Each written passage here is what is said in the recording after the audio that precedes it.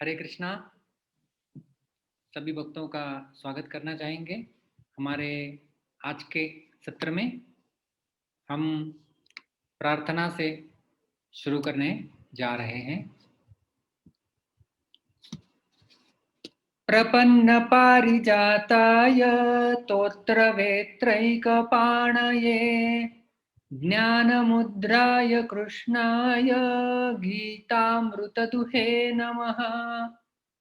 ॐ अज्ञानतिमिरान्धस्य ज्ञानाञ्जनशलाकया चक्षुरुन्मीलितं येन तस्मै श्रीगुरवे नमः। नमः ॐ विष्णुपादाय कृष्णप्रेष्ठाय भूतले श्रीमते भक्तिवेदान्त स्वामिन् इति नामिने। नमस्ते सारस्वते देवे गौरवाणी प्रचारिणे निर्विशेष शून्यवादी पाश्चात्य देशतारिणे।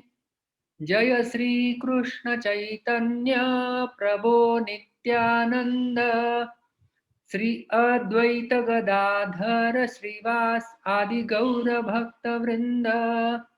हरे कृष्ण कृष्ण कृष्ण हरे हरे, हरे राम राम राम हरे हरे।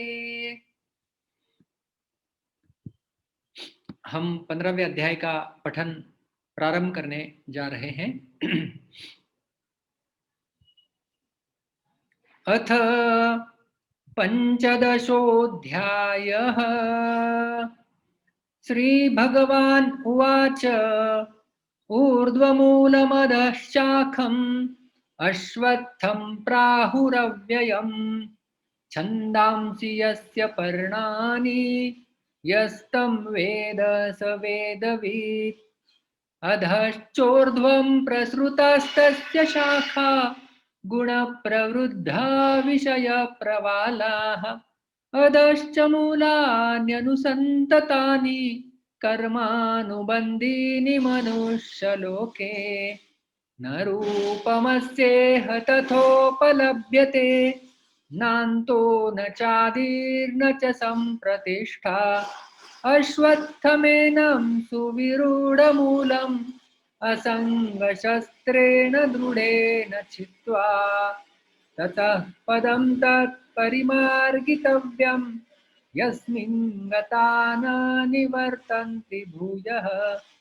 तमेव चाद्यं पुरुषं प्रपद्ये यतः प्रवृत्तिः प्रसृता पुराणी।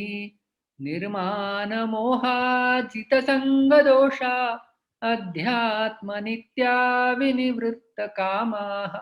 द्वन्द्वैर्विमुक्ता सुखदुःखसंज्ञे गच्छन्त्यमूढा पदमव्ययं तत्। न तद्भासयते सूर्यो न शशाङ्को न पावकः यद्गत्वा न निवर्तन्ते तद्धाम परमं मम। ममैवांशो जीवलोके जीवभूतः सनातनः। मनः षष्ठानि इन्द्रियाणि प्रकृतिस्थानि कर्षति।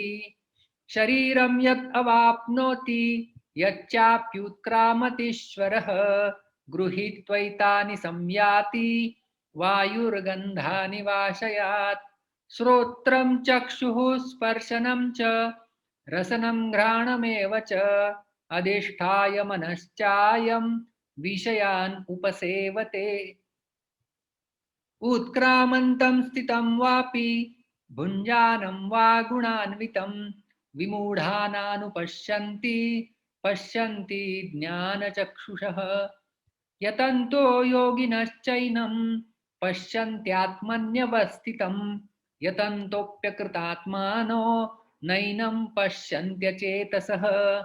यदादित्यगतं तेजो जगद्भासयतेऽखिलं यच्चन्द्रमसि यच्चाग्नौ तत्तेजो विद्धि मामकम्। गामाविश्य च भूतानि धारयाम्यहम् ओजसा पुष्णामि चौषधी सर्वाः सोमो भूत्वा रसात्मकः। अहं वैश्वानरो भूत्वा प्राणिनां देहमाश्रितः प्राणापानसमायुक्तः पचाम्यन्नं चतुर्विधम् सर्वस्य चाहं हृदि सन्निविष्टो मत्तः स्मृतिर्ज्ञानमपोहनं च वेदैश्च सर्वैरहमेव वेद्यो वेदान्तकृद्वेदविदेव चाहम् द्वाविमौ पुरुषौ लोके क्षरश्चाक्षर एव च क्षरः सर्वाणि भूतानि कुटस्थोऽक्षर उच्यते उत्तमः पुरुषस्त्वन्यः परमात्मेत्युदाहृतः यो लोकत्रयम् आविश्य बिभर्त्यव्यय ईश्वरः यस्मात्क्षरमतीतोऽहम् अक्षरादपि चोत्तमः अतोऽस्मि लोके वेदे च प्रथितः पुरुषोत्तमः यो माम् एवम् असम्मूढो जानाति पुरुषोत्तमम् स सर्वविद् भजति मां सर्वभावेन भारत इति गुह्यतमं शास्त्रम् इदम् उक्तं मया नघ एतद् बुद्ध्वा बुद्धिमान् स्यात् कृतकृत्यश्च भारत ओम तत्सदिति श्रीमद्भगवद्गीतासु उपनिषत्सु ब्रह्मविद्यायां योगशास्त्रे श्रीकृष्णार्जुन संवादे पुरुषोत्तमयोगो नाम पंचदशोऽध्यायः। श्री कृष्णार्पणमस्तु। हरे कृष्णा। सभी भक्तों का हार्दिक स्वागत करना चाहेंगे पुरुषोत्तम मास के इस विशेष गीता के 15वां अध्याय पुरुषोत्तम योग, इसमें जो श्रृंखला चल रही है उसके 22वें दिवसीय सत्र में सभी का स्वागत है। और हम विशेष रूप से स्वागत करना चाहेंगे हमारे कुछ भुसावल के भक्त मंडली है, हमारे रास यात्रा प्रभु, और उनके साथ कई सारे भक्त मंडली भी आज ज्वाइन होने वाले थे, तो शायद ज्वाइन हो गए होंगे वो। तो उनके लिए हम जो, यदि कोई इस प्रकार से पहली बार आया हुआ है तो हम गीता के 15वें अध्याय के ऊपर चर्चा कर रहे हैं और उसमें अभी हम लोग लगभग 18 श्लोक पूरे कर चुके हैं।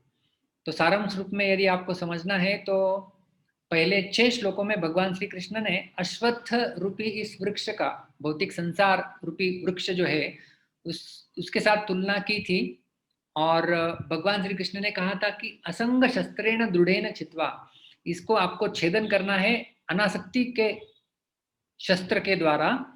और ततः पदम तत्परिमार्गितव्यम यस्मिन् गता न निवर्तन्ति भूय, चौथे श्लोक में उन्होंने कहा था कि उस पद को प्राप्त करने का प्रयास करो जहां से वापस कोई नहीं आता। उसके बाद 5वें श्लोक में उन्होंने वहां पर जाने के लिए क्या गुण लगते हैं, निर्माण मोहा जित संग दोषा, इस प्रकार से 5वें श्लोक में बताया था।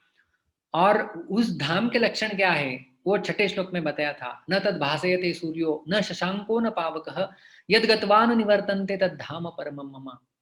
अभी हम तो जानते हैं कि हम भगवान के अंश है, तो हम वहां से यहाँ पर क्यों आए हुए हैं और यहाँ पर क्या क्या कर रहे हैं, उस सारे चीजों का वर्णन जो है वो 7वें श्लोक से लेकर के 11वें श्लोक तक किया था भगवान ने। और उसके पश्चात कि इस प्रकार से जो पश्यन्ति ज्ञान चक्षुषः विमूढ़ा न अनुपश्यन्ति, मूर्ख लोग तो नहीं देख पाते इसे, लेकिन ज्ञानी लोग इस सब को समझ सकते हैं कि किस प्रकार से जीवात्मा एक शरीर का त्याग करने के बाद दूसरे शरीर में जाता है। और वायुर्गंधा निवाशयात, जिस प्रकार से वायु गंध के आशय से गंध को वहन करके लेके जाती है, उसी प्रकार से आत्मा सूक्ष्म शरीर का वहन करके इस स्थूल शरीर से नए शरीर में जाता है।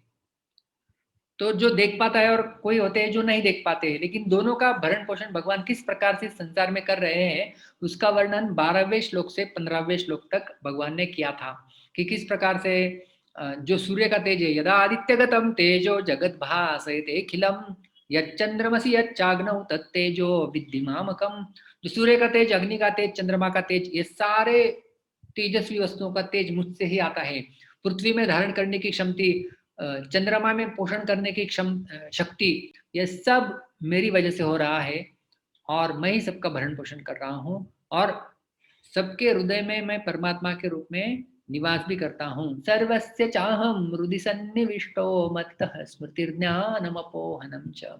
और भगवान कृष्ण ने 15वें श्लोक में ये भी कहा था कि मैं ही सारे वेदों द्वारा जानने योग्य हूँ, सारे वेदों का रचयिता मैं हूँ और सारे वेदों का वेदविद अच्छे से मैं जानने वाला मैं ही हूँ।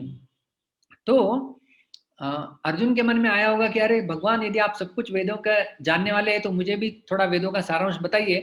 तो फिर 16, 17 और 18वें श्लोक में भगवान कृष्ण ने वेदों का सार बता दिया है कि किस प्रकार से क्षर और अक्षर पुरुष है। द्वाविम पुरुषौ लोके क्षरश्चाक्षर एव च क्षरः सर्वाणि भूतानि कूटस्थ अक्षर उच्यते। तो एक क्षर और एक अक्षर, इस प्रकार से दो पुरुष है, लेकिन उत्तम पुरुषः तु अन्यः। इन दोनों से परे एक उत्तम पुरुष है जो परमात्मा इति उदाहृतः, जो परमात्मा नाम से जाने जाते हैं। और क्योंकि मैं स्वयं, भगवान अभी कहते हैं जो हमने कल देखा था 18वें श्लोक में, यस्मात् क्षरम अतीतोहम अक्षरादपि चोत्तमः अतोस्मि लोके वेदे च प्रथितः पुरुषोत्तमः। तो भगवान ने यहाँ पर कहा था, इसमें हमने देखा था कि यस्मात्, चूंकि अहम अक्षरम अतीतः, मैं अक्षर से अतीत हूँ और अक्षरादपि च उत्तमः, और अक्षर से मैं उत्तम हूँ। तो अक्षर से उत्तम कैसे भगवान, हमने 4 विशेषताएं देखी थी, आपको यदि याद होगा। सबसे पहला देखा था हम गुणों के प्रभाव के बारे में, भगवान अक्षर से अतीत है। अक्षर के 2 अर्थ हम लोग ले सकते हैं, एक है पेरिशेबल और दूसरा है इनफैलिएबल। तो दोनों के दृष्टिकोण से देखा जाए तो बद्ध जीवात्मा, अक्षर को हम जीवात्मा समझ सकते हैं, तो उससे उत्तम है भगवान। तो एक चीज से अतीत है, क्षर से अतीत है, और एक चीज से उत्तम है, अक्षर से उत्तम है। तो मैं अतीत और उत्तम, इसमें भेद भी बताया था। कोई व्यक्ति भारत में रह रहा है और कोई व्यक्ति अमेरिका में रह रहा है, तो भारत में रहने वाले के लिए देश से अतीत अमेरिका में रहने वाला व्यक्ति है, और भारत में ही रहने वाले की तुलना में यदि हम लोग देखें तो प्रधानमंत्री या राष्ट्रपति है, वो उत्तम है यहाँ पर रहने वाले लोगों से। हालांकि वो यही रहे हैं, लेकिन उत्तम है। तो इस प्रकार से जीवात्मा और भगवान में कई सारा साम्य पाया जाता है। दोनों को कूटस्थ कहा जाता है, दोनों को अव्यय कहा जाता है, दोनों को अक्षर कहा जाता है। लेकिन भगवान जो है इस प्रकार से उत्तम क्यों है? 4 गुणों की वजह से। एक है गुणातीत, बद्ध जीव गुणों के द्वारा बद्ध हो सकता है, लेकिन भगवान इन गुणों में कभी बद्ध नहीं होते हैं। दूसरा है जन्म, बद्ध जीवात्मा का जन्म अवशः प्रकृति वशात, प्रकृति के वश में बलपूर्वक जन्म होता है अपने कर्मों का नियम के अनुसार। भगवान जो जन्म लेते हैं वो वास्तव में वो अजोपि सन अव्यात्मा भूतानाम ईश्वरोपि सन प्रकृतिम स्वामधिष्ठाय संभवामि आत्म मायया, अपने माया को अधीन करके मैं जन्म लेता हूँ और जन्म कर्म में दिव्यम, भगवान का जन्म दिव्य होता है। तीसरा हमने देखा था कि माया से संबंध, बद्ध जीव माया में बद्ध रहता है, इसलिए उसका नाम ही माया बद्ध है।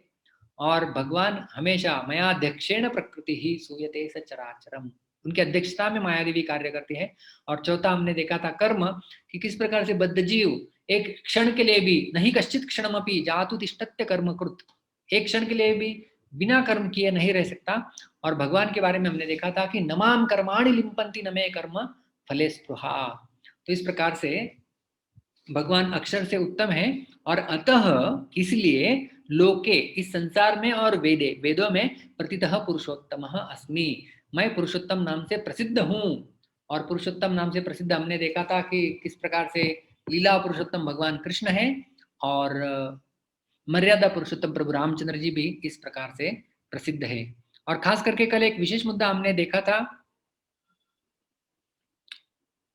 17वें श्लोक में इसी अध्याय के, और 18वें श्लोक में एक हमें विसंगत मुद्दा दिखाई देता है कि 17वें श्लोक में भगवान कहते हैं कि उत्तम पुरुषः तु अन्यः, ये जो उत्तम पुरुष है वो कोई अन्य पुरुष है, दूसरे है।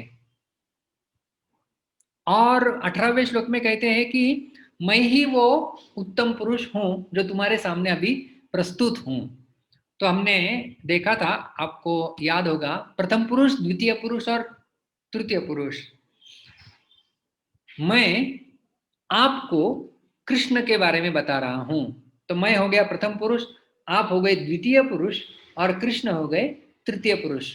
तो इस प्रकार से गीता में कई जगह पर हम देखते हैं कि भगवान स्वयं के शरणागति के बारे में कहते हैं। मन मना बहुमत भक्तो, मेरे भक्त बनो, अहम सर्वस्य प्रभवः, मैं सबका प्रभु हूं, मत्तः सर्व प्रवर्तते, मुझसे सब कुछ आता है, माम एकम शरणम व्रज, मेरी ही शरण में आओ। तो कई बार जब प्रथम पुरुष का प्रयोग करते हैं भगवान, तो उसमें हमने समझना चाहिए कि वो भगवान का मत है। और जब भगवान कई जगह अर्जुन को तृतीय पुरुष के रूप में बताते हैं, तम पुरुषम प्रपद्ये, उन पुरुष का शरण ग्रहण करता हूं, तम उत्तम पुरुष तू अन्य, तो किसी तृतीय पुरुष के निर्देशित करते हैं भगवान। तो वो तृतीय पुरुष के बारे में जब कह रहे हैं, तो मैंने आपको कल भी बताया था, वो माता और बच्चे और उनके पिता, इनका उदाहरण। तो माता जब बच्चे को बताती है कि तू अब पढ़ाई नहीं करेगा तो मैं पिताजी को बताऊंगी, या पिताजी का इंट्रोडक्शन बच्चे को माँ के द्वारा ही होता है सर्वप्रथम। तो माँ उस तृतीय पुरुष के बारे में जब बताती है, क्योंकि बच्चा द्वितीय पुरुष है, माँ प्रथम पुरुष है उस समय, और माँ को हमने ब्रह्म सूत्र से देखा था शास्त्र योनित्वात, शास्त्रों के द्वारा भगवान को जाना जा सकता है। तो इसलिए शास्त्र हो गए हमारी माँ, और माँ बच्चे को पिता के बारे में जब बताती है तो तृतीय पुरुष में बताती है। तो इस प्रकार से गीता में जहां जहां पर तृतीय पुरुष के रूप में उनको शरण जाओ ऐसा वर्णन होता है, तब समझ लेना चाहिए कि भगवान कृष्ण वेदों का मत बता रहे हैं। तो एक है भगवान का मत जो प्रथम पुरुष में भगवान बताते हैं, और तृतीय पुरुष में जब भगवान बोल रहे हैं तो वो वेदों का मत अर्जुन को प्रस्तुत कर रहे हैं, ऐसा हम समझ सकते हैं। तो इस प्रकार से 18वें श्लोक में हमने देखा कि इस श्लोक में और वेदों में ही मैं ही पुरुषोत्तम नाम से प्रसिद्ध हूं। अभी इस प्रकार से जो मुझे पुरुषोत्तम रूप में जानता है उसका फल क्या मिलता है, उसका फल क्या होगा, इसकी चर्चा हमारे आज के श्लोक में होने वाली है, जो है 19वां श्लोक। तो कोई भक्त होंगे जो आज पहली बार भी आ रहे होंगे तो आपको चिंता करने की ज्यादा आवश्यकता नहीं है, यहाँ से आगे आपके लिए फिर सत्र रहेगा। यो मामेवमसम्मूढो जानाति पुरुषोत्तमं स सर्वविद् भजति मां सर्वभावेन भारत। तो हमारा नियम है कि हम शब्दों को संधि विग्रह करके देखते हैं ताकि उच्चारण हम अच्छे से कर पाए श्लोकों का, और फिर अन्वय करके उसको अच्छे से समझने का प्रयास करते हैं। तो जब शब्दों की संधि और पद विभाग होता है तो हम आप सभी को हमारे पीछे दोहराना है। तो किन किन भक्तों के हाथ ऊपर है? सावंत माता जी, आपने हाथ ऊपर किया हुआ है उच्चारण के लिए। मैंने आपको अनम्यूट किया है, आप अनम्यूट कर सकते हैं। हरे कृष्ण प्रभु जी। हरे कृष्णा। तो यहाँ पर जो अधोरेखांकित लाल शब्द है वो संधियुक्त शब्द है ऊपर, लेकिन उनका विग्रह करके हमने नीचे लिखा हुआ है। तो सभी मेरे पीछे बोलिए, यह यह यह यह माम माम माम माम एवं एवं एवं एवं असम्मूढ़ः असम्मूढ़ः असम्मूढ़ः। असम्मूढ़ः। इनका एकत्रित शब्द बनता है, पूरा पाद है बनता, यो मामेवमसम्मूढ़ो।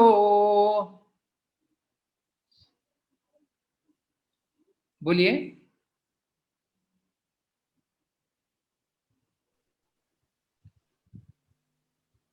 सुनाई दे रहा है आपको? आपको बोलना है हाँ। यो मामेवमसम्मूढ़ो यो मावे यो मामेवमसम्मूढ़ो जानाति जानाति जानाति जानाति पुरुषोत्तमम् पुरुषोत्तमं पुरुषोत्तमं पुरुषोत्तमं सः सः सः सः सर्ववित् सर्वविद् सर्ववित् सर्वविद् भजति भजति भजति। भजति पूर्ण एक शब्द बनता है स सर्वविद भजति स सर्वविद् भजति माम मां माम मां सर्वभावेन सर्वभावेन सर्वभावेन सर्वभावेन भारत भारत भारत। भारत पूरा श्लोक गाएंगे। यो मामेवम सम्मूढ़ो यो मामेवमसम्मूढो जानाति पुरुषोत्तमम् जानाति पुरुषोत्तमं स सर्वविद भजति माम स सर्वविद् भजति मां सर्वभावेन भारत। सर्वभावेन भारत। धन्यवाद माता जी। धन्यवाद। हरे कृष्णा प्रभु जी। हरे कृष्ण।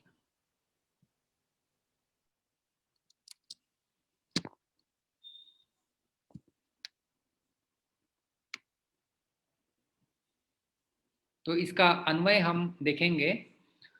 बहुत सुंदर श्लोक है। अभी निष्कर्ष रूप में आखिरी दो श्लोक हमारे बचे हुए हैं। जो वेदों का सार है 16, 17 और 18, ये 3 श्लोकों में भगवान ने बताया था। अभी उसका फल भगवान बता रहे हैं। हे भारत, अर्जुन को यहाँ पे भगवान भारत नाम से पुकार रहे हैं। तो ये संबोधन में आता है हे भारत। तो यहाँ पे हे शब्द नहीं है, लेकिन हे शब्द अध्यरुत माना जाता है कि मुझे किसी को बुलाना है, ए राम यहाँ आओ। तो इस प्रकार से हे भारत। एवं इस प्रकार यह जो व्यक्ति, कौन सा व्यक्ति? असम्मूढ़, जो मूढ़ नहीं है, मतलब जो बिल्कुल मूर्ख नहीं है, मतलब होशियार है, ऐसे समझ सकते हैं। जो मूर्ख नहीं है वह व्यक्ति इस प्रकार, क्या इस प्रकार? माम पुरुषोत्तम जानाति। आपको भी अभी समझ में आ गया हुआ है। जो मुझे पुरुषोत्तम के रूप में जानता है, जानाति, उसे वो क्या क्या क्या कहा गया है उसे? जो इस प्रकार से भगवान को पुरुषोत्तम के रूप में जानता है, बिल्कुल मूर्ख नहीं होकर, सह सर्वविद। वेद का अर्थ हमने देखा हुआ है, वेद का अर्थ है जानना। तो सर्वविद, सह का अर्थ है वह व्यक्ति, वह सह का संबंध है यह, जो व्यक्ति, वह व्यक्ति। सह सर्वविद, वह सब कुछ जानता है। और फिर जानने के बाद क्या करता है? सर्वभावेन माम भजति। सर्वभावेन, बिल्कुल भावनायुक्त होकर, माम भजति, मेरी मुझे मुझे भजता है, मेरी पूजा करता है, मेरी सेवा करता है, मेरा भजन करता है। तो पूरा इस श्लोक का अर्थ यहाँ पर है, हे भारत यानी हे अर्जुन, इस प्रकार से एवं जो व्यक्ति असम्मूढ़, मोह रहित होता है, मूढ़ता से रहित होता है, मूर्खता से रहित होता है, माम पुरुषोत्तम जानाति, मुझे जो पुरुषोत्तम के रूप में इस प्रकार जानता है, सह सर्वविद, वह सब कुछ जानता है, और सर्वभावेन माम भजति, वो सभी प्रकार से मेरी ही उपासना, मेरी ही पूजा, मेरा ही भजन, मेरी ही सेवा में लग जाता है। तो इस प्रकार से भगवान कह रहे हैं। तो अभी हम इन सारे शब्दों को एकत्रित देख लिया। अभी इनका और विच्छेदन करके एक एक शब्द का अर्थ देखेंगे। तो सर्वप्रथम हम देखने जा रहे हैं, यह असम्मूढ़, जो बिल्कुल असम्मूढ़ है वह व्यक्ति। तो यहाँ पर हमें समझना है कि मूढ़ शब्द का अर्थ क्या है। तो मूढ़ शब्द का अर्थ हम सब जानते हैं, मूर्ख। संस्कृत में मूढ़ कहते हैं, हिंदी में या दूसरी मराठी भाषा में मूर्ख हम सब जानते हैं। तो मूढ़ का अर्थ है मूर्ख, सम्मूढ़ का अर्थ क्या हो जाएगा फिर? सम्यक रूप से मूढ़, बिल्कुल गहराई में गया हुआ, मूर्खता की गहराई में गया हुआ, अच्छे से मूर्ख बना हुआ, सम्मूढ़। और फिर असम्मूढ़ जब बना जाता है, अ शब्द से फिर सम्मूढ़, ये इसका विरुद्धार्थी शब्द बनता है। सम्यक रूप से मूर्ख जो नहीं है उसे कहते हैं असम्मूढ़। तो असम्मूढ़ का अर्थ क्या होता है? तो मूढ़ धारणाएं क्या है, मूर्खता वाली धारणाएं क्या है? सबसे पहली, मैं शरीर हूं, आत्मा नहीं, और सारी गतिविधियां केवल शरीर तक ही सीमित रखना, ये मूढ़ता का लक्षण है।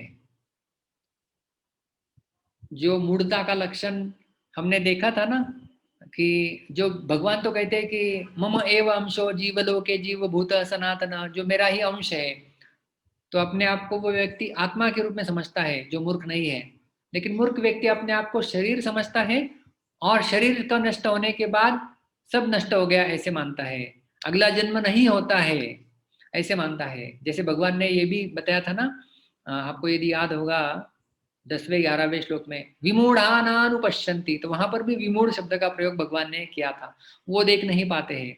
और मूढ़ धारणा क्या है दूसरी? भगवान निराकार है, भगवान को कोई आकार ही नहीं है। तो ये भी एक मूढ़ धारणा है, क्योंकि हमने देखा था कि भगवान किस प्रकार से पुरुष और उत्तम दोनों है। तो वो पुरुष है और ईश्वर है, तो वो निराकार नहीं है, एक व्यक्ति है और उनका एक व्यक्तित्व है। और ये एक मूढ़ धारणा है कि मैं भी भगवान बन सकता हूँ। तो ये भी एक गलत धारणा है, इसका भी भगवान ने खंडन किया हुआ है। जैसा हमने देखा था दूसरे अध्याय के 12वें श्लोक में, कि किस प्रकार से नत्वे वाहम जातु नासम नत्वम नेमे जनाधिपाः, कि ये सारे जो राजा लोग, मैं, आप, हे अर्जुन, हम सब पहले थे, अब भी है और बाद में भी रहेंगे। तो हमारा अलग अस्तित्व बनाए रहेगा, हम कभी एक नहीं होने वाले हैं। तो हम भगवान नहीं बन सकते, हम भगवान के बन सकते हैं, भगवान के सेवक हम बन सकते हैं। तो इस प्रकार से मूढ़ शब्द गीता में कई और जगह भी भगवान प्रवेश करते हैं। कहाँ पर? 9वें अध्याय के 11वें श्लोक में भगवान कहते हैं, अवजानन्ति मां मूढ़ा मानुषीं तनुमाश्रितं परं भावमजानन्तो मम भूत महेश्वरम। अवजानन्ति मां मूढ़ा, माम करते हैं मुझे, अवजानन्ति नहीं जानते हैं, कौन लोग? मूढ़ा, मूर्ख लोग मुझे नहीं जानते हैं। किस प्रकार से? मानुषीं तनुमाश्रितम, इस प्रकार से मैं एक मनुष्य देह लेके संसार में अवतरित हुआ हूँ, ऐसा मूढ़ लोग नहीं जानते हैं। और जो मैं कौन हूं? भूत महेश्वरम, सारे लोगों का मैं महा ईश्वर स्वामी हूं। तो मूर्ख लोग जो है वो भगवान कहते हैं कि मुझे नहीं जानते हैं। तो असम्मूढ़, ये जो शब्द है, जीवात्मा भगवान का सनातन अंश है, अतः अपने अंशी भगवान के वास्तविक संबंध का अनुभव करना ही उसका असम्मूढ़ यानी मोह से रहित होना है। कि मैं भगवान का अंश हूँ 15वें अध्याय का 7वें श्लोक के अनुसार, और भगवान के साथ मेरा संबंध है, वो मेरे पिता है, वो मेरे माता के समान है। कल हमने देखा था, त्वमेव माता च पिता त्वमेव बंधु च सखा त्वमेव। इस प्रकार से हमारा भगवान के साथ कुछ ना कुछ संबंध है, उस संबंध का अनुभव कर पाना यही असम्मूढ़ होना ऐसा है। और ये असम्मूढ़ शब्द भगवान और एक जगह प्रयोग करते हैं 10वें अध्याय के 3रे श्लोक में, यो माम अजम अनादिम च वेत्ति लोकमहेश्वरम असम्मूढ़ समर्थेषु सर्व पापैः प्रमुच्यते। भगवान कृष्ण कहते हैं कि यो माम अजम, जो मुझे अजन्मा और अनादि, जिसका कोई आदि नहीं है, व्यक्ति जानता है इस प्रकार से। किस प्रकार से?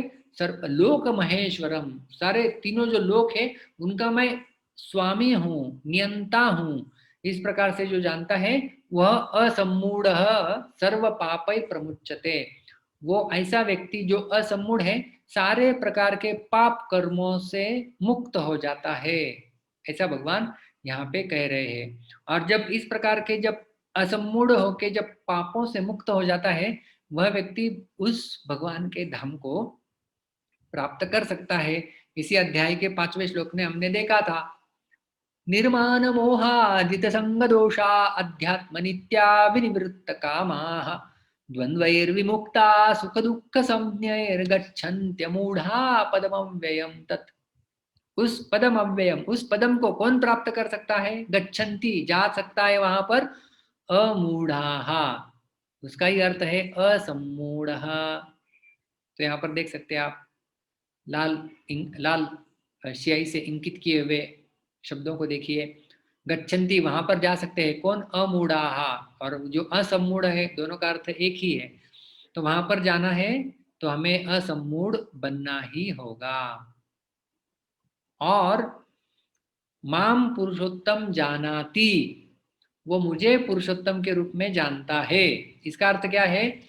क्षर तथा अक्षर से सर्वथा अतीत पुरुषोत्तम को ही सर्वोपरि मानकर उनके सम्मुख हो जाना, केवल उन्हीं को अपना मान लेना ही भगवान को यथार्थ रूप से पुरुषोत्तम जानना है। तो हम जब कहते हैं कि मैं पुरुषोत्तम को जानता हूं, इसका अर्थ है कि जब हम जो पुरुषोत्तम, जो अन्य पुरुष है, जो क्षर और अक्षर से अतीत है, क्षरम अतीतो हम अक्षराद अपि च उत्तमः, क्षर से अतीत यानी भौतिक जड़ तत्वों से अतीत और चेतन तत्वों से उनमें सबसे उत्तम, और वो भी पुरुष। तो ऐसे मानना, उनके सन्मुख होना, उन्हें ही अपना मानना और उस संबंध को प्रस्थापित करना, वो वास्तव में पुरुषोत्तम को जानना, उसे समझना चाहिए।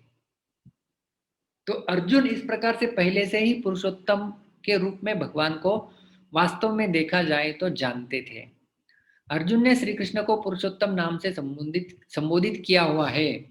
तो गीता में ही अलग अलग अध्यायों में, इसके पहले अध्यायों में अभी भगवान ने पुरुषोत्तम के रूप में स्वयं को स्थापित किया है कि जानाति पुरुषोत्तमम, जो मुझे पुरुषोत्तम नाम से जानते हैं वो सब कुछ जानते हैं। तो अर्जुन ने भगवान के लिए अलग अलग नामों का प्रयोग किया हुआ है गीता में। उसमें एक पुरुषोत्तम नाम का भी प्रयोग पहले ही वो कर चुके हैं। कहाँ पर कर चुके हैं? जब गीता के 8वें अध्याय में अर्जुन उवाच, पहला ही प्रश्न थे, जब पूछा गया था अर्जुन के द्वारा, किम तद ब्रह्म किम अध्यात्मम किम कर्म पुरुषोत्तम अधिभूतम च किम प्रोक्तम अधिदैवम किम उच्यते। ये अर्जुन का प्रश्न था गीता के 8वें अध्याय के शुरुआत में है कि किम तद ब्रह्म, वह ब्रह्म क्या है, अध्यात्म क्या है, हे पुरुषोत्तम। तो यहाँ पर पुरुषोत्तम नाम का प्रयोग किया था। अधिभूत क्या है, अधिदैव क्या है, यह परिभाषा क्या है इनकी, यह प्रश्न पूछा था। तो उस समय अर्जुन ने पुरुषोत्तम नाम का प्रयोग किया था। संपूर्ण गीता में भगवान कृष्ण के द्वारा अर्जुन के लिए अलग अलग नामों का प्रयोग है, और अर्जुन के द्वारा भी भगवान कृष्ण के लिए अलग अलग नामों का प्रयोग है। और हर एक नाम के पीछे कुछ ना कुछ रहस्य छिपा हुआ है। नाम रहस्य उसे मैं कहता हूं। हर एक नाम के पीछे अर्जुन के लिए पार्थ, पांडव, धनुर्धर, महाबाहो, अलग अलग शब्द का प्रयोग है। और कृष्ण के लिए भी मधुसूदन, केशव, अच्युत, पुरुषोत्तमा, अलग अलग नामों का प्रयोग किया गया है। तो वो उन नाम से कुछ दर्शाया जा रहा है, इसलिए अलग अलग स्थितियों में अलग अलग नामों का प्रयोग ये दोनों करते हैं। तो उसके ऊपर एक अलग चर्चा हो सकती है कि किस नाम को कहाँ पर क्यों प्रयुक्त किया गया है। लेकिन यहाँ पर जब पुरुषोत्तम नाम प्रयोग किया गया है, तो अर्जुन यहाँ पर प्रश्न पूछ रहे हैं, और अर्जुन भी यहाँ पर एक पुरुष का ही रोल निभा रहे हैं, अक्षर पुरुष, जीवात्मा का। तो जीवात्मा के रूप में अर्जुन को प्रश्न है, और उन प्रश्नों के जवाब भगवान ही दे सकते हैं, इसलिए उनको यहाँ पर पुरुषोत्तम कहा गया है, जो कि उत्तम है सारे पुरुषों में। तो यहाँ पर एक कहा गया था। और दूसरा 11वें अध्याय के 3 श्लोक में भी उन्होंने ऐसे ही कहा था, एवं एतद्यथा तत्त्वम् आत्मानं परमेश्वर द्रष्टुमिच्छामि ते रूपम ऐश्वरम पुरुषोत्तम। तो यहाँ पर हे पुरुषोत्तम, क्या कह रहे थे अर्जुन? एवं एतद् यथातत्वम् आत्मानं, आप इस प्रकार से अभी यहाँ पर मेरे सामने खड़े हैं, द्रष्टुम इच्छामि ते रूपम, मेरे अंदर एक इच्छा है कि द्रष्टुम, मैं आपके उस रूप को, ते रूपम, उस रूप को देखूं जो ऐश्वर्य वाला है। और फिर इसी 11वें अध्याय में आगे चल के भगवान अपने विश्वरूप का दर्शन कराएंगे अर्जुन को। इस अध्याय का शीर्षक है 11वें विश्वरूप दर्शन योग। तो वास्तव में देखा जाए तो 10वें अध्याय में ही गीता समाप्त होती है। 10वें अध्याय में ही अर्जुन भगवान को परम श्रेष्ठ पुरुष स्वीकार कर लेते हैं और शरणागत हो जाते हैं। परम ब्रह्म परम धाम पवित्रम परमं भवान पुरुषम शाश्वतम दिव्यम आदिदेवम अजम विभुम, 10वें अध्याय के 12वें श्लोक में वो कहते हैं। लेकिन फिर भी आपको मैं किस किस रूप में देख सकता हूं, तो पूरा 10वें अध्याय का विभूति योग रूपी किस किस में मैं क्या क्या हूं वो सब बता दिया भगवान ने। तो अर्जुन को लगा कि चलो थोड़ा विश्वरूप देख लेते हैं, क्योंकि ऐसे लोग होंगे भविष्य में कलयुग में आने वाले जो भगवान के उस पुरुषोत्तम रूप के ऊपर विश्वास नहीं करेंगे। इसलिए हे भगवान आप विश्वरूप दर्शन दिखा दीजिए मुझे। इसलिए यहाँ पर पुरुषोत्तम का प्रयोग किया हुआ है अर्जुन ने, कि उस रूप को मैं देखना चाहता हूं। सारी विभूतियां तो आपने मुझे सुना दी है, बता दी है, लेकिन फिर भी मैं उस रूप को देखना चाहता हूं उन लोगों के लिए जो आपके वाणी के ऊपर विश्वास नहीं रखेंगे। तो यहाँ पर भी पुरुषोत्तम नाम का प्रयोग अर्जुन द्वारा भगवान के लिए किया गया था। तो जो भगवान को सह सर्वविद, इस शब्द की ओर हम अभी जाएंगे, जो भगवान को पुरुषोत्तम जान लेता है और इस विषय में जिसके अंतःकरण में कोई विकल्प, भ्रम या संशय नहीं रहता, उस मनुष्य के लिए जानने योग्य कोई तत्व शेष नहीं रहता है। इसलिए भगवान उसको सर्वविद कहते हैं। तो जो भगवान को पुरुषोत्तम रूप में जान गया वह सब कुछ जान गया, ऐसे समझना चाहिए। सह सर्वविद, सब कुछ जान गया। और उसके लिए, क्योंकि अभी इसके अलावा जानने के लिए और कुछ है ही नहीं, सब कुछ जानता है वह व्यक्ति जो पुरुषोत्तम को जानता है। और इस प्रकार से 7वें अध्याय के दूसरे श्लोक में भी भगवान ने इसी प्रकार से कहा था कि मैं आपको ऐसा ज्ञान प्रदान करूंगा। ज्ञानम तेहम सविज्ञानम इदम वक्ष्याम्य शेषतः यज्ञात्वा नेह भूयोन्य ज्ञातव्यम अवशिष्यते। ज्ञानम तेहम सविज्ञानम, ज्ञान और उसके साथ साथ विज्ञान भी, वक्ष्यामि मैं आपको बताऊंगा, अशेषतः कुछ भी उसमें शेष नहीं छोड़ूंगा, सब कुछ बताऊंगा। और यह ज्ञात्वा, जिसे जानने के बाद, नेह भूयोन्यत, इस संसार में ज्ञातव्यम अवशिष्यते, जानने लायक ऐसी कुछ भी वस्तु आपके लिए नहीं रहेगी।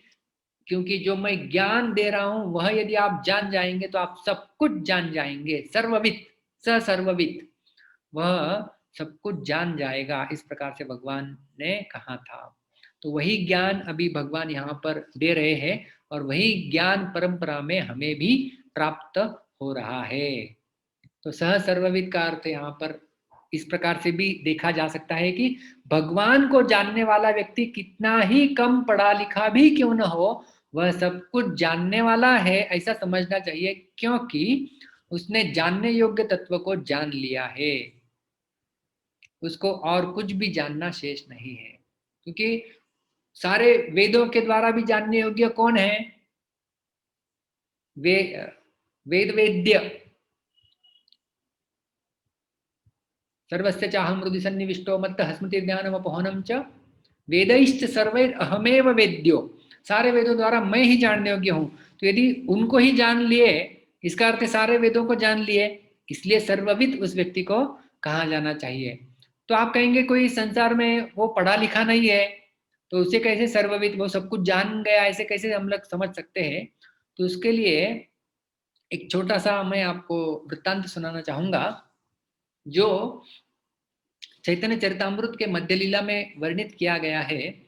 जब श्री चैतन्य महाप्रभु, जैसा मैंने कल आपको बताया, प्रेम पुरुषोत्तम, प्रेम को बांटते बांटते बांटते जब दक्षिण भारत में गए थे, मध्य लीला के अध्याय 9 में इसका वर्णन आता है। जो लोग CCC हमारी चैतन्य चरितामृत कंटेस्ट दिए हुए हैं उनको याद आ रहा होगा। जब दक्षिण भारत में महाप्रभु थे उस समय वहां पर श्रीरंगम में चातुर्मास के दौरान रुके थे। उस समय वहां पर एक ब्राह्मण हुआ करता था, मंदिर के बाहर बैठ के वो भगवत गीता का पाठ किया करता था, लेकिन वो उसे पढ़ना लिखना नहीं आता था अच्छे से। अष्टाध्याय पढ़े आनंद आवेशे, अशुद्ध पढ़े न लोक करे उपहासे। उपहासे अष्टाध्याय पढ़े, गीता के 18 अध्याय पढ़ने का प्रयास करता था और आनंद आवेशे, आनंद के आवेश में, अशुद्ध पढ़े न, पढ़ना नहीं आता था, अशुद्ध रूप में वो पढ़ता था। और जब वो इस प्रकार से अशुद्ध पढ़ता था, लोक करे उपहास से, सारे लोग उसके आने जाने वाले उपहास करते थे, क्या बिल्कुल पढ़ने को नहीं आता फिर भी पढ़ रहा है। लेकिन वह व्यक्ति उनकी तरफ बिल्कुल नजरअंदाज करते हुए वो पढ़ते ही जाते थे, क्योंकि उनके गुरु की आज्ञा थी उन्हें कि आप गीता को पढ़ो। तो उन्हें तो पढ़ने पढ़ने लिखना ठीक से आता नहीं था, फिर भी पढ़ते थे, क्योंकि गुरु आज्ञा मानी, गुरु की आज्ञा का वो मान कर रहे थे, सम्मान दे रहे थे। और इस प्रकार से भावावेश होकर वो गीता को पढ़ते थे, उनकी आंखों से अश्रु प्रवाहित होते थे और रोमांच खड़े रहते थे। तो जब एक बार श्री चैतन्य महाप्रभु वहां से गुजर रहे थे, तो उन्होंने इस ब्राह्मण को देखा और उन ब्राह्मण की ओर आकर्षित हो गए महाप्रभु, और महाप्रभु ने उस ब्राह्मण से पूछा कि ऐसा कौन सा श्लोक, ऐसा कौन सा वृत्तांत है गीता का जिसके द्वारा आप इतने रोमांचित और आनंदित हो रहे हैं। उस समय वो ब्राह्मण महाप्रभु को बताते हैं कि देखिए, मुझे तो पढ़ना नहीं आता है, लेकिन यहाँ पर जो चित्र है गीता का मुखपृष्ठ आप देखिए, भगवान पूर्ण पुरुषोत्तम होने के बावजूद अपने भक्त का रथ हाँक रहे, उसकी सेवा में लगे हुए हैं। यह दृश्य जब मैं देखता हूं, तब भगवान की भक्त वत्सलता से मुझे रोना आता है। मैं क्या करूं, गीता के श्लोक तो मैं अच्छे से पढ़ नहीं सकता। उस समय चैतन्य महाप्रभु, जो कि श्री कृष्ण चैतन्य राधा कृष्ण नाही अन्य, इस संसार में कृष्ण ही चैतन्य महाप्रभु के रूप में जब 500 वर्ष पूर्व आए थे, 500 वर्ष पूर्व, 5000 वर्ष पूर्व जिन कृष्ण ने गीता बोली थी, 500 वर्ष पूर्व चैतन्य महाप्रभु आके अपने जीवन में गीता उन्होंने किस प्रकार से जीवन में जी जाती है, उस प्रकार से उसका अपना जीवन यापन किया। वो चैतन्य महाप्रभु उस ब्राह्मण से कहे, प्रभु कहे गीता पाठे तो मारई अधिकार, तुम्ही से जन ए गीतार अर्थ सार। प्रभु कहे, महाप्रभु क्या कहे उन्हें, गीता पाठे तुम्हारा ही अधिकार, गीता पाठ में तो केवल तुम्हारा ही अधिकार है वास्तव में। क्यों, तुम्ही से जाना यही गीतार अर्थ सार, जो आप जान गए हैं वही तो वास्तव में गीता का सार है, कि कृष्ण पूर्ण पुरुषोत्तम भगवान है और अपनी भक्त की सेवा कर रहे हैं। वो जो चित्र आप मुझे दिखा रहे हैं गीता का मुखपृष्ठ, मैं आपसे बहुत प्रभावित हूँ। महाप्रभु आलिंगन करते हैं उन्हें और अपना कृष्ण के रूप में दर्शन भी करा देते हैं। तो इस प्रकार से हम क्या देख रहे हैं, हम अर्थ देख रहे हैं सह सर्वविद का। तो हालांकि व्यक्ति पढ़ा लिखा है या कुछ नहीं आता है, लेकिन जो भगवान को पुरुषोत्तम के रूप में जानता है, वही सर्वश्रेष्ठ मालिक है इस संसार के, उनकी ही भक्ति में मुझे नियुक्त होना है, मैं उनका ही अंश हूँ, मम एव अंशो जीवलोके। कितना स्पष्ट रूप से हम देख सकते हैं संसार में कि वही सब कुछ करा रहे हैं। उनके द्वारा ही सूर्य यद भयाद वाति वातोयम सूर्य तपति मद भयात, दहति अग्निर्वर्षति इंद्रो मृत्युश्चरति पंचमः। श्रीमद् भागवत में भी इस प्रकार से उनका वर्णन आता है कि सूर्य उनके भय से ही प्रकाश दे रहा है। और यहाँ पर तो गीता में कृष्ण ने कहा भी है कि यद आदित्यगतम तेजो तत्तेजो विद्धि मामकम, मेरा है वो तेज, ऐसा समझो। तो भगवान को हम लोग इस संसार में भी सब जगह देख सकते हैं, मैं भी उनका अंश हूँ, वो पुरुषोत्तम है, और किस प्रकार से मुझे अपना जीवन यापन करना है वह भी यदि हम समझ गए तो हम सर्वविद हो गए, सब कुछ जानने वाले हो गए। तो ये यहाँ पर सर्वविद शब्द का अर्थ है। तो महाप्रभु ने उस ब्राह्मण को आलिंगन दिया, अपना दर्शन भी दिया, क्योंकि वह व्यक्ति गीता का सार समझ गए थे। अभी भगवान कृष्ण ने अर्जुन के लिए जो शब्द प्रयोग किया है वो भी इस श्लोक में विशेष है। भगवान कहते हैं हे भारत। तो भी ये जो शब्द है, भा का अर्थ है प्रकाश, आभा, आपने देखा होगा, भासयते न तद भासयते सूर्यो, इसी अध्याय के 6 श्लोक में हमने देखा था। भा का अर्थ है प्रकाश और रथ का अर्थ है उसमें रथ रहना। तो हमारे देश का नाम भी भारत है और उसी के चलते भगवान अर्जुन को भारत कह रहे हैं। तो इसका अर्थ क्या हुआ? जो ज्ञान के प्रकाश में सर्वथा रथ है उसे कहते हैं भारत। तो क्योंकि तुम मुझे पुरुषोत्तम के रूप में जानते हो, मतलब आप सर्वविद और ज्ञानी है और उस ज्ञान के प्रकाश में आप रथ है, इसलिए हे भारत, ऐसे भगवान यहाँ पे अर्जुन के लिए कह रहे हैं। तो इसी प्रकार से हम भी भारत बन सकते हैं, न कि इस देश के रूप में, लेकिन ज्ञान के प्रकाश में रथ। जो हम पहला श्लोक गाते हैं, आपको याद है, ओम अज्ञानतिमिरान्धस्य ज्ञानांजनशलाकया। हम अभी अज्ञान रूपी अंधकार में छिपे हुए हैं, लेकिन पुरुषोत्तम भगवान है और वह ज्ञान का जब प्रकाश आ जाएगा तब हम उस ज्ञान के प्रकाश में रत रहेंगे और उस समय हम सर्वविद कहे जाएंगे। और जब व्यक्ति सब कुछ जान लेता है, उसका परिणाम क्या होता है? वो क्या करेगा? जो सब कुछ जान गया है अभी, वह करेगा क्या? तो वह क्या करेगा? वह अगली पंक्ति में भगवान कहते हैं सर्वभावेन माम भजति। वह क्या करेगा? केवल ज्ञान थ्योरेटिकल रह के फायदा नहीं है, उसको प्रैक्टिकल उसके व्यवहार में, उसके जीवन में अपनाना होगा। तो वह क्या करेगा? जो मनुष्य भगवान को पुरुषोत्तम जान लेता है, उस सर्वविद मनुष्य की पहचान यह है कि वह सब प्रकार से स्वतः भगवान का ही भजन करता है। भजती, यह शब्द भज धातु से आया हुआ है। भज धातु का अर्थ है भजन। भज धातु से ही भजन शब्द आया हुआ, वो भजन करेगा। भज धातु से ही आता है भक्ति, वो भक्ति करेगा। भजती का अर्थ होता है सेवया, वह सेवा करेगा, वो उनका चिंतन करेगा, मनन करेगा, उनका भक्त बनेगा। वो भी भक्त, भज धातु से ही भक्त शब्द आता है। तो इस प्रकार से हम समझते हैं कि जो जान लेता है वह केवल जानकर अपने दिमाग तक ही नहीं रखेगा, वह हृदय पूर्वक सेवा करेगा। इसलिए यहाँ पर शब्द है सर्वभावेन। भाव कहाँ पे उदित होते हैं? भाव हृदय में उदित होते हैं। और जो जानना है वो कहाँ पे उदित होता है? वो हमारी बुद्धि में प्रकाश करता है। तो बुद्धि से जानना है और हृदय से मानना है और उनकी सेवा में नियुक्त हो जाना है। यह अर्थ है सर्वभावेन माम भजति इसका। और भगवान कृष्ण ने इसका प्रयोग और एक जगह भी किया हुआ है, इसी गीता में 10वें अध्याय के 8वें श्लोक में। अहम सर्वस्य प्रभवो मत्तः सर्वं प्रवर्तते इति मत्वा भजन्ते मां मूढ़ा भाव समन्विताः। तो भगवान कहे कि अहम सर्वस्य प्रभो, मैं सबका प्रभु हूँ, मत्तः सर्वम प्रवर्तते, सब कुछ मुझसे ही आता है, इति मत्वा, इस प्रकार से मानकर, भजन्ते माम। अभी आप देखिए यहाँ पे क्या शब्दों का खेल हो रहा है। भजती, भजन्ते, माम, माम, वह व्यक्ति मेरे ही भजन में लग जाता है। बूढ़ा, वह बुद्धिमान व्यक्ति, बूढ़ा का अर्थ है सर्वविद यहाँ पर। और भाव समन्विताः, मतलब सर्वभावेन, तो भाव अन्योन्य भावों से युक्त वह भगवान के भजन में लग जाता है, वह व्यक्ति यहाँ पर बूढ़ा, बुद्धिमान कहा गया है।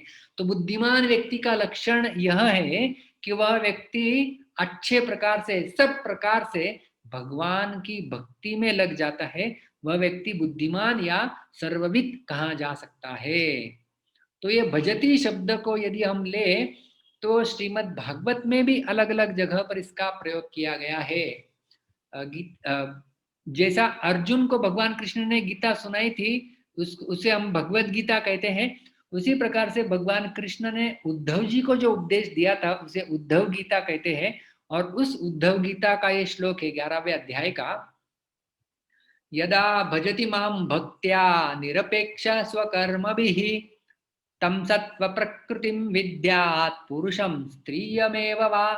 यदा, जब भजती, भजती आप देखिए, भजती माम, माम भजती, भजती माम, किसके द्वारा मेरा भजन हो सकता है? भक्त्या, भक्ति के द्वारा। यदा माम भजती भक्त्या निरपेक्षः, बिल्कुल कर्म फलों की अपेक्षा नहीं करते हुए और स्वकर्म भी, अपने कर्मों के द्वारा, वह व्यक्ति तम, वह व्यक्ति सत्व प्रकृति विद्यात, वह व्यक्ति सत्व गुण को प्राप्त हो जाएगा, पुरुष हो या फिर वो व्यक्ति स्त्री भी क्यों न हो।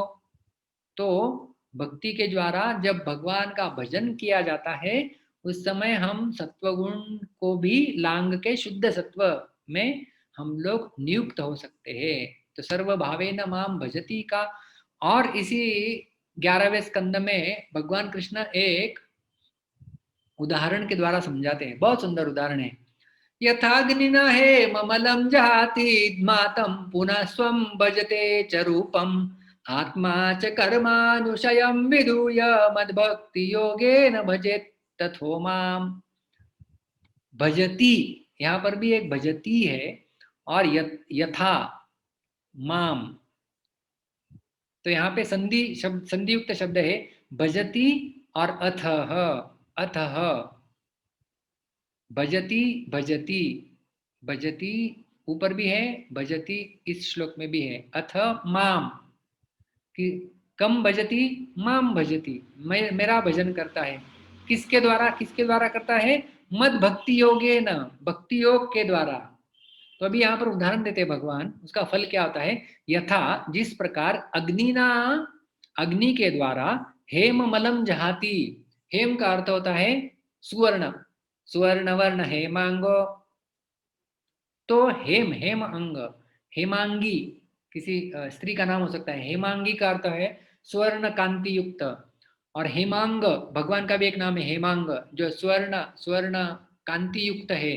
तो हेम का अर्थ है स्वर्ण, मल का अर्थ है जो कलमश गंदगी है, जहाती का अर्थ है जला देना। तो अग्निना, यथा अग्निना, जिस प्रकार से स्वर्ण को जब तपाया जाता है, जलाया जाता है, उसका मल जो है वो उसका नाश होता है और सोना और तपता हुआ प्रकर्षित होता है।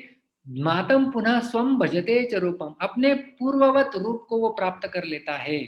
जैसे जल, आकाश से जब जल आता है तो वो शुद्ध होता है, लेकिन जब मिट्टी में मिल जाता है तो वो कलुषित हो जाता है। फिर से वापस फिल्टर से उसे शुद्ध कर देंगे या अग्नि में उसे जलाइए, उसकी भाप हो जाएगी, तो वह पूर्ववत अपने स्वरूप को प्राप्त करेगा। उसी प्रकार से यहाँ पर यथा, जिस प्रकार अग्नि के द्वारा जब सोने को जलाया जाता है तब वह अपने मूल स्वरूप में आता है और शुद्ध हो जाता है, उसी प्रकार से मेरे भक्ति योग में, भक्ति योग के द्वारा जो मेरा भजन करता है आत्मा, वह आत्मा का क्या होता है? कर्मा अनुशयम विदूय, सारे प्रकार के कर्मों के कलमश, कलमश से उस आत्मा को धो डाला जाता है। तो आत्मा हमारा मतलब जीवात्मा, वो उसके ऊपर सारे कलमश चढ़े हुए हैं। अभी कर्मों के कलमश है, पापों के कलमश है, अनर्थों के कलमश है, षड रिपु, काम क्रोध लोभ मद मोह मत्सर, इन सब के जो कलमश लगे हुए हैं, जब हम भक्ति योगे न, तो भक्ति योग के माध्यम से जब हम भगवान की सेवा में नियुक्त हो जाएंगे, उस समय ये सारे कलमश जलकर खाक हो जाएंगे।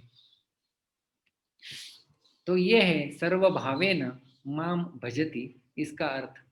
तो हम यहाँ पे निष्कर्ष में इस प्रकार से क्या क्या देखा, तो भगवान कह रहे हैं हे भारत, अर्जुन को उन्होंने भारत का प्रयोग किया क्योंकि वो पुरुषोत्तम रूप में, भा का अर्थ है प्रकाश और रथ का अर्थ है रथ रहना, तो ज्ञान के प्रकाश में जो रथ है उसे भारत कहते हैं। तो क्योंकि अर्जुन पुरुषोत्तम रूप में जानते थे कृष्ण को, इसलिए हे भारत भगवान कह रहे हैं। एवं यह असमूढ़, जिस प्रकार से जो व्यक्ति मूर्खता को प्राप्त नहीं होता है, जो अपना स्वयं का स्वरूप क्या है वो जानता है, भगवत स्वरूप को जानता है, और जो विधि है दोनों को जोड़ने की उस विधि को जानता है, माम पुरुषोत्तम जानाति, जो मुझे पुरुषोत्तम के रूप में इस प्रकार से जानता है, सह सर्वविद, वह सब कुछ जानता है ऐसा समझना चाहिए, और उसे जानने के लिए कुछ भी शेष नहीं रहता है। हालांकि वह व्यक्ति फिर अनपढ़ भी क्यों न हो। और इसके लिए हमने दक्षिण भारत के एक ब्राह्मण की कथा देखी कि किस प्रकार से उसे तो पढ़ना भी नहीं आता था, लेकिन फिर भी वो गीता के सार को जानता था, वो भावावेश होके गीता पढ़ता था। महाप्रभु की कृपा उस ब्राह्मण को प्राप्त हुई दक्षिण भारत भ्रमण के दौरान। सह सर्वविद, और उसका वो जो सर्वविद व्यक्ता, जो जानने वाला व्यक्ति है, वह केवल दिमाग से नहीं जानता है, वह हृदय में भाव उदित करता है, उसके हृदय में भाव उदित होते हैं और उस भावों के द्वारा भगवान के भजन में लग जाता है। तो 10वें अध्याय के 8वें श्लोक से भी हमने देखा कि किस प्रकार से हम सर्वस्य प्रभव मत्तः सर्वं प्रवर्तते इति मत्वा भजन्ते मां मूढ़ा भाव समन्विताः। तो सारे शब्द वहां पर भी प्रयोग में लाए गए हैं। और आज के श्लोक में भी खास करके भगवान सर्व भावेन मां भजति, और हमने देखा भजति शब्द जो है भज धातु से आया हुआ है। तो भागवत के भी उद्धव गीता के कुछ श्लोक हमने देखे जिसमें जिस प्रकार से भगवान कहते हैं कि अग्नि के द्वारा जलाए जाने पर सुवर्ण सोने में जो सारे दोष है, कल्मश है, वो सारे चले जाते हैं। उसी प्रकार से भक्ति योग का जब हम पालन करते हैं, हमारे हृदय के सारे कल्मश चले जाते हैं और भाव उदित होता है हृदय में। और उस भाव पूर्व जब हम भगवान को संतुष्ट करने का प्रयास करते हैं, उसी का नाम है भक्ति। तो उस भक्ति में हम नियोजित हो जाते हैं। और इस भक्ति का और फल क्या प्राप्त होता है, इसका निष्कर्ष रूप में उपसंहार भगवान इस अध्याय के आखिरी श्लोक में करने वाले हैं, जिसकी चर्चा हम करेंगे हमारे कल के सत्र में। बहुत बहुत धन्यवाद। हरे कृष्णा। तो किसी का कोई प्रश्न है तो आप पूछ सकते हैं, हाथ ऊपर कर सकते हैं। मैं सबके हाथ अभी नीचे किए गए हैं क्लियर करके। तो रास यात्रा प्रभु है, तो आप कुछ बोलना चाहेंगे? मैं तो आपको देखा नहीं हूँ, आपका नाम किसी अलग नाम से आपने ज्वाइन किया है, तो आप बोल सकते हैं। आपको मुझे अनम्यूट करना होगा यदि आप है तो। और मैं चैट चैट में भी आप प्रश्न लिख सकते हैं आपको यदि चाहिए तो। जमादार जी, मैंने आपको अनम्यूट किया है। सहदेव जमादार जी। प्रभु जी, आपने बहुत बहुत सही ढंग से बताया, बहुत ही अच्छा लगा। लेकिन मेरा प्रश्न ये है, सर्वभाव आत्म भाव से अपन प्रभु को शरण जाते या भाव व्यक्त करते तो ही विश्वरूप दर्शन होता है। विश्वरूप दर्शन होने के लिए भाव की जरूरत है। मैं आपको पुनः म्यूट किया है, आपका आवाज पीछे से बहुत आ रहा है। तो विश्वरूप दर्शन के लिए भगवान की कृपा चाहिए सर्वप्रथम। एक तो भावपूर्वक शरणागति भी चाहिए जैसे अर्जुन में थी, और विश्वरूप दर्शन के समय भगवान कहते हैं कि मया प्रसादात, मेरी कृपा से अभी आप देख पाएंगे विश्वरूप। तो जब भावपूर्वक शरणागति होती है हमारी और भगवान की कृपा होती है, तो इन दोनों का जब मिलाप होता है तब हम भगवान को अच्छे से समझ पा सकते हैं। अनीता माता जी, मैंने आपको अनम्यूट किया है।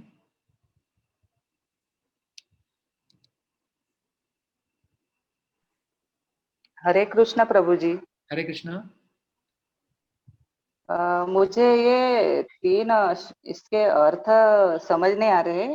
आपने दूसरे इसका लेके बताया था, प्रोक्तम, अधिभूतम और अधिदेवम। ये अधिभूतम और अधिदेवम क्या है? अधिभूतम अधिदैवम क्या है? तो वो अर्जुन का ही प्रश्न था 8वें अध्याय में। अधिदैवम और अधिदैव अधिभूत क्या है, तो भगवान कृष्ण ने हाँ। उसका जवाब दिया हुआ है। मैं एक सेकंड में आपको दिखाता हूँ।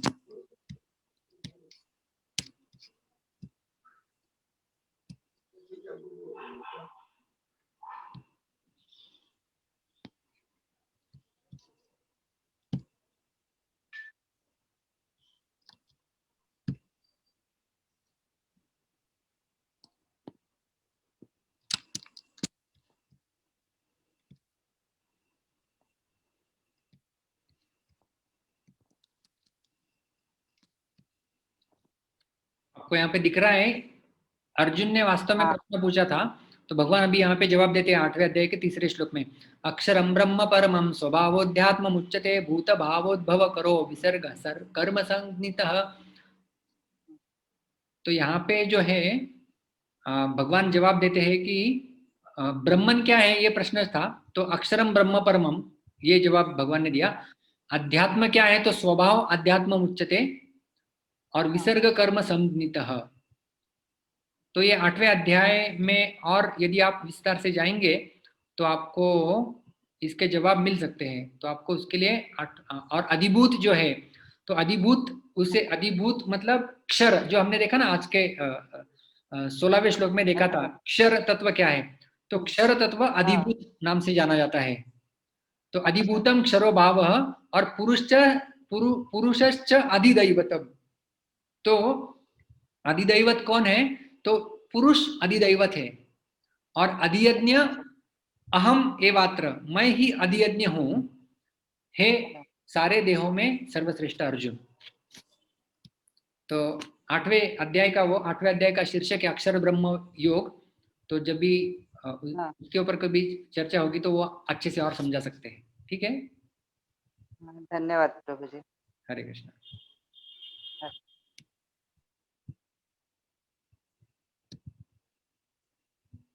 सुमुखी गोपिका माता जी, मैंने आपको अनम्यूट किया है। हरे कृष्ण प्रभुजी, दंडवत प्रणाम। हरे कृष्णा। म्हणजे माझा प्रश्न आहे ना, पहिल्या श्लोकावरचा आहे, 15व्या अध्यायातल्या पहिल्या श्लोकावरचा आहे. त्याच्यामध्ये ऍक्च्युली आध्यात्मिक जगत म्हणजे त्रिपाद विभूती आहे आणि भौतिक जगत एकपाद विभूती आहे असं सांगितलं होतं. पण ह्याच्यामध्ये तात्पर्यामध्ये काय दिलेलं आहे की जर ब्रह्म हे संपूर्ण सृष्टीचे केंद्रबिंदू असेल तर त्यापासून प्राकृत जगत हे 180 अंशाचे असते आणि उर्वरित 180 अंशाचे आध्यात्मिक जगत असते. तर ह्याला कसं समजायचं? अच्छा प्रश्न है आपका। 180 अंश इसे कहते हैं 180 डिग्री अपोजिट। आध्यात्मिक जगत है त्रिपाद विभूति, भौतिक जगत है एक पाद विभूति। तो ये त्रिपाद विभूति और ये एक पाद हो गई, पूरा मिलके एक पूरा सर्कल बन जाता है, ऐसे समझ सकते हैं। तो आध्यात्मिक जगत है त्रिपाद, भौतिक जगत है एक पाद, एक चतुर्थांश। उस समय मैंने चपाती का उदाहरण दिया था, आपको याद होगा जब पहले श्लोक की चर्चा की थी। तो अभी इसमें 180 डिग्री अपोजिट का अर्थ है कि दोनों का स्वरूप बिल्कुल अलग है, क्योंकि ये ऊर्ध्वमूलम श्लोक चल रहा है ना, ऊर्ध्वमूलम अधः शाखम। तो भौतिक संसार और आध्यात्मिक संसार, इनका स्वरूप विपरीत है। तो ये जो 3 और 1 दिया गया है ना, त्रिपाद विभूति और एक पाद विभूति, वो मात्रा की दृष्टि से है, और 180 डिग्री ये गुण की दृष्टि से है कि गुण दोनों के विपरीत है। यहाँ पर सब क्षर है, वहां पर सब अक्षर है, वहां पर सब सच्चिदानंद है, यहाँ पर दुखालयम अशाश्वतम है। तो इसलिए दोनों विपरीत कहे गए हैं, गुणों के दृष्टि से विपरीत है। इसे कहते हैं 180 डिग्री अपोजिट, मतलब एक यहाँ है एक यहाँ है। और मात्रा के दृष्टिकोण से वहां पे 3 मात्राएं, यहाँ पर 1 मात्रा है। आया समझ में? ओके।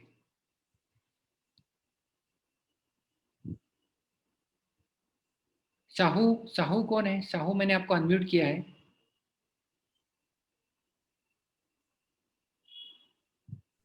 हरे कृष्णा प्रभु जी। हरे कृष्णा। हाँ प्रभु जी, मेरा एक प्रश्न था। अगर अर्जुन को भगवत गीता सुनाए थे तो भगवान ने तो उसको भगवत गीता बोलते थे, और उद्धव को सुनाए तो उद्धव गीता बोलते थे, और भगवान सूर्य भगवान को जो गीता सुनाए थे उनको कौन सी गीता बोलेंगे प्रभु जी? उसको नाम नहीं दिया गया है। अच्छा प्रभु जी, ओके। तो 4थे अध्याय में भगवान बोलते हैं ना कि इमं विवस्वते योगम, उसे योग कहा है भगवान ने। यस प्रभु, हाँ। इमं विवस्वते योगम प्रोक्तवान अहम अव्ययम विवस्वान, फिर वो इस प्रकार से श्रृंखला आती है, उसका वर्णन करते हैं। तो उद्धव गीता को भी हम लोग बोलते हैं उद्धव गीता, उसमें भागवत में नहीं बोला है कि वो उद्धव गीता है करके। ओके ओके, हाँ। उद्धव को सुने इसलिए उद्धव गीता, ऐसा हम लोग बोलते हैं उसको। ओके प्रभु, हरे कृष्ण। हरे कृष्ण। पंजवानी जी, मैंने आपको अनम्यूट किया है। हरे कृष्णा, दंडवत प्रभु जी। प्रभु जी आपको एक निवेदन है, फ्यूचर में शरणागति के ऊपर एक प्रवचन दीजिए ना, जो आपने 6 क्वालिटी देखी शरणागत भक्त की। इसके ऊपर दिया था ना हमने और आपको याद है? शरणागति चौथे श्लोक में हमने उसका विवरण किया था। 6 अंग है शरणागति के, और 6 के बारे में थोड़ा थोड़ा विवरण किया था। हाँ, तो पूरा ऐसा डिटेल में लीजिए ना, फ्यूचर में, अभी नहीं। और मेरे को म्यूट कर दीजिए, मैं ट्रेवलिंग में, आपको डिस्टर्बेंस होता होगा प्रभु जी। ठीक है, लेंगे, आपकी इच्छा पूरी करेंगे जरूर।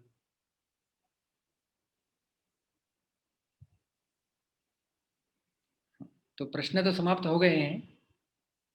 हाँ, भूसावल के कोई है आज के सत्र में तो आप बता सकते हैं। जेवरकर प्रभु, मैंने आपको अनम्यूट किया है। जेवरकर,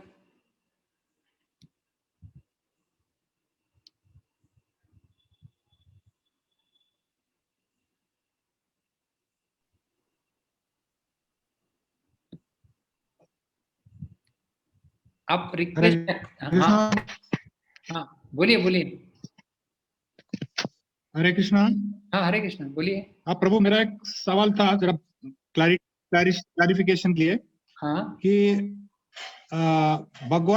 भगवान खुद अवतरते हैं इस धरती पर, और जीवात्मा को से मिलते हैं, जैसे सीता मैया है या राधा रानी है, ये जीव तत्व है। Lord is meeting the living entity in this worldly atmosphere, and he is blessing them or taking them back to Godhead. Also, archaeologically, the evidences are there for people like us that Lord had appeared, and also these evidences are there for us to see, based on which our scriptures are also depicting the same thing. Right? My question is, in this world or in this life itself, we here on this bhutal itself, we have to seek God rather than thinking of going somewhere else. Is it right or wrong? Because somewhere else also I read that people who go even to higher planets or everything, they have to come back to this bhutal to serve Lord. So this is right, or should we be seeking Lord Seva at his abode? That is my question. हाँ, तो हम यहाँ पर भी भगवान की अनुभूति कर सकते हैं। जो व्यक्ति करता है उन्हें जीवन मुक्तः स उच्यते, ऐसा रूप गोस्वामी कहते हैं। यहीं पर रह के भी मुक्ति, उसे विदेह मुक्ति कहते हैं। तो इस देह में रहते हुए भी व्यक्ति मुक्त हो सकता है और भगवान का अनुभव कर सकता है। हमें भगवान के धाम, हमें भगवान की सेवा चाहिए। हमें भगवान का भजन करना है, उनकी सेवा करनी है, उनकी भक्ति करनी है। जहां पर भी है, स्वर्गाप वर्ग नरकेशु अपि तुल्यार्थ दर्शनम। शिवजी तो इस प्रकार से कहते हैं कि स्वर्ग में जाए या नरक में जाए, भगवान का भक्त चिंता नहीं करता है, क्योंकि वो कहाँ पर भी जाएगा तो सेवा ही करेगा। तो हमें उसका चिंतन ज्यादा करने के बजाय मुझे कहाँ जाना है, उसके अलावा मैं क्या कर रहा हूँ उसका चिंतन करना चाहिए। तो हम यहीं पे सेवा करते रहेंगे, और यदि भगवान चाहे तो वो लेके जा सकते हैं अपने धाम। तो धाम भी क्यों जाना है, क्योंकि यहाँ पर तो हमें देखिए 6-7 घंटा सोना पड़ता है, शरीर के लिए इतना निर्वाह करना पड़ता है, इतनी सारी बीमारियों के जूझते हम लोग कितनी सारी बाधाओं से सेवा करते हैं। तो इन सारी बाधाओं से मुक्त होके मतलब पूरा समय केवल सेवा करूं, ऐसी अभिलाषा है, ऐसी है, तो भगवान वहां पर हमें लेके जाएंगे। वो भगवान का पक्ष है। लेकिन हमारे पक्ष में हमें यही सोचना चाहिए कि मुझे भगवान की सेवा करनी है, यही मेरा एकमात्र उद्देश्य है। बाकी जो भगवान चाहे वो मुझे मंजूर है। Okay, bro. Hare Krishna. Should we read these archaeological evidences as the actual happenings that have happened? Archaeological इससे हमें हमारा विश्वास दृढ़ हो सकता है यदि पढ़ेंगे तो, लेकिन बहुत ज्यादा उसमें ज्यादा आ जाने की आवश्यकता नहीं है, क्योंकि जितना ज्यादा जाएंगे उतना वो कमी है। जैसे जैसे हम यात्रा में जाते हैं और ऐसे जगह देखते हैं, तब श्रद्धा बढ़ती है ना। वो आर्कियोलॉजिकल नहीं है। यात्रा जो जाना है वो भगवान का धामवास, ये भक्ति के 5 प्रमुख अंगों में से एक अंग है। तो जो यात्रा हाँ, जाना है वहां पर, जहां पर भगवान की लीला स्थली है, जहां पर जन्म लिया है, वहां पर जब जाते हैं तो हमारी भक्ति वृद्धिंगत होती है। बराबर। तो वो जाना चाहिए जरूर। वो तो 5 भक्ति के प्रमुख अंगों में से एक अंग है। अच्छा, हाँ, ठीक है। तो ये जगह को हम कैसे देखें? उन जगहों को भगवान की लीला स्थली करके देखे हमने। अच्छा, वो भगवान के धाम से अभिन्न है, इसलिए तो तो धामवास कहा जाता है। श्रद्धा दृढ़ करने के लिए। ये जी हाँ, भक्ति भक्ति बढ़ाने के लिए, श्रद्धा दृढ़ करने के लिए धामवास का महत्व होता है। धन्यवाद प्रभु। हरे कृष्ण। हरे कृष्ण।